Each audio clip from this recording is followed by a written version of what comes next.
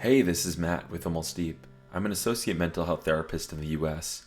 I figured I'd take a little time today to talk about some common patterns I've noticed after working with many clients. So, nothing specific here, don't worry about that. This isn't a story time on someone's trauma or, confidentiality issues, nothing like that. There's just human patterns and stuff that I've seen show up time and time again, no matter who's there sitting across from me. So, I've worked with all different types of people, different ages, stories, jobs, and different ideas of what their life should be. And over time, I started to notice some of these patterns. Not right away, but under the surface, you see a kind of drift.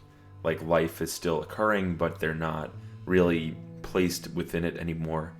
It's usually not the first thing that a client is saying, but if you listen long enough, it's always there. A kind of question that they have, like, what's the point of what I'm doing each day? Why am I doing all this stuff? And why doesn't it feel like me authentically? People would come in talking about burnout or anxiety, relationships, but more often than not, it wasn't usually about that. It was something deeper, a strange distance that they have from themselves.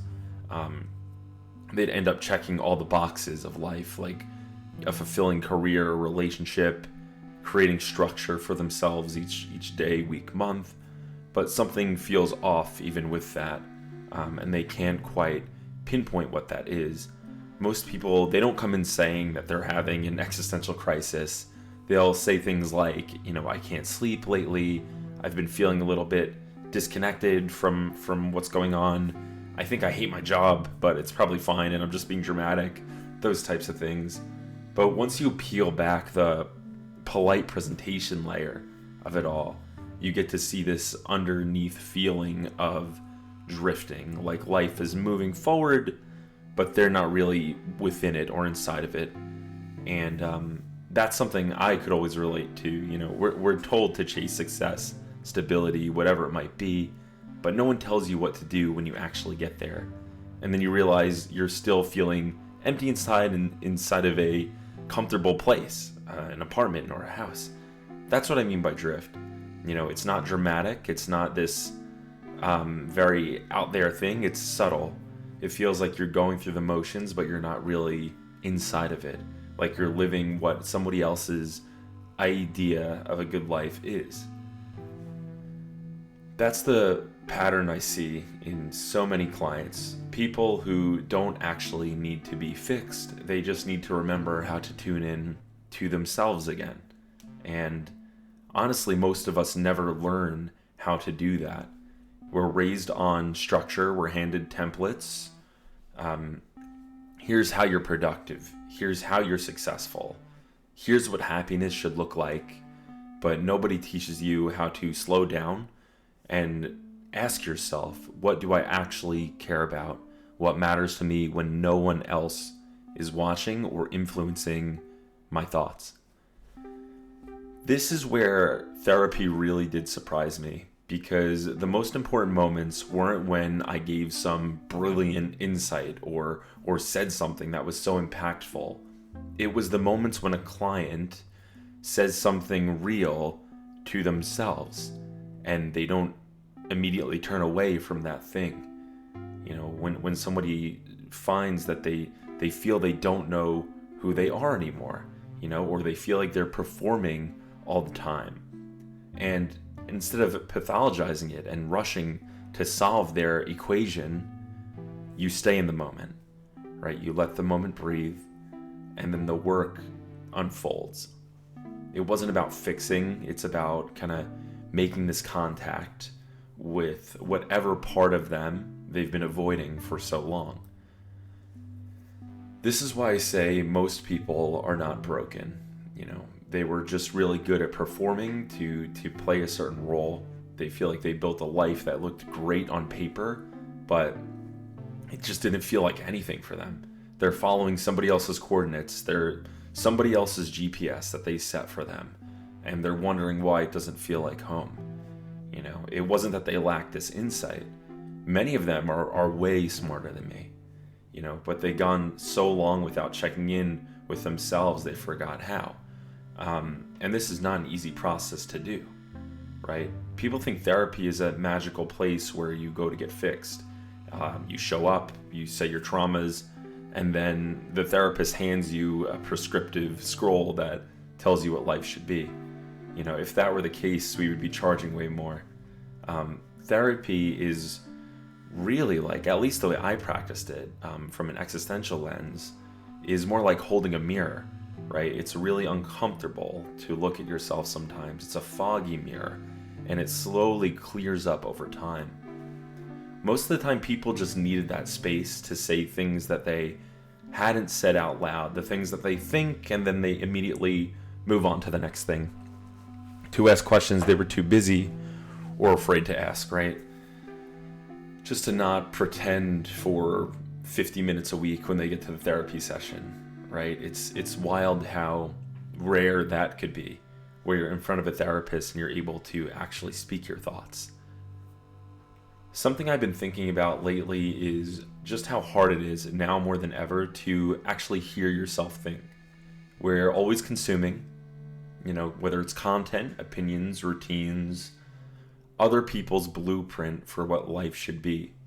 And it becomes so automatic that we forget to stop and ask, how do I feel about this? Do I even agree with what I'm watching? Does this feel like my life, or does this feel like somebody else's idea of what life should be, right? Most people don't actually think for themselves anymore. Not because they're dumb or they're just, not taking the time. It's just because they're constantly surrounded with other people's instructions for how to live. Everybody's yelling their version of what a good life is. And eventually you start confusing all that noise for meaning, right? I could find meaning here, I could find meaning there or over there. Just giving yourself even a few minutes, not to optimize, not to produce, just to sit with yourself, right? Could shift everything. It breaks that pattern. Just sitting with yourself for a few minutes, like literally doing nothing, is borderline revolutionary in today's world because there's so much happening. Even watching this right now might be one of those few moments today where you're saying, okay, I kind of see that I could step out of this cycle. We don't automatically see it. We don't catch that. And that matters, right? So sometimes all it takes is a small crack in all of that noise for the signal to come through, to relax yourself, to cut it all out for a moment, to listen to what your mind is telling you, whether it's in the shower or whether it's, making dinner, right? To tune into your mind for a moment to see what's actually happening, right? That's a major pattern that I've seen in so many people, and it's not this complex pathology. It's just the moment when people realize that they were done outsourcing their identity. They're done pretending, they're done optimizing things and performing wellness and going through the motions on somebody else's schedule, right? You're slowly changing your intention for living. And as you can imagine, that is a very messy process. It's uncomfortable, but it's also the beginning of something real. That's where the meaning actually starts. That's the foundation that you can begin building upon over time. I offer one-on-one coaching through something I've built called Almost Deep, right? It's not a program or a formula, really. It's more about, working with individuals in a system to help reconnect with yourself, with meaning, direction, and presence. A lot of it is honest conversations, right? Based on everything and all the insights that I've gained through therapy and research and just being a person in general with way too many browser tabs open at all times, right? It's very difficult to navigate that feeling. And sometimes having another person there to coach you through, or a therapist, really helps you get that reminder day to day when you're not in the session that you should take those moments to reconnect with yourself. And they're not prescriptive answers, right? They're answers that you get from yourself over time through doing the work again and again and working that muscle. It's the same as going to the gym. You tune your thought into what is uncomfortable and you begin working that muscle. That's how you begin to work out the solution to questions that actually matter.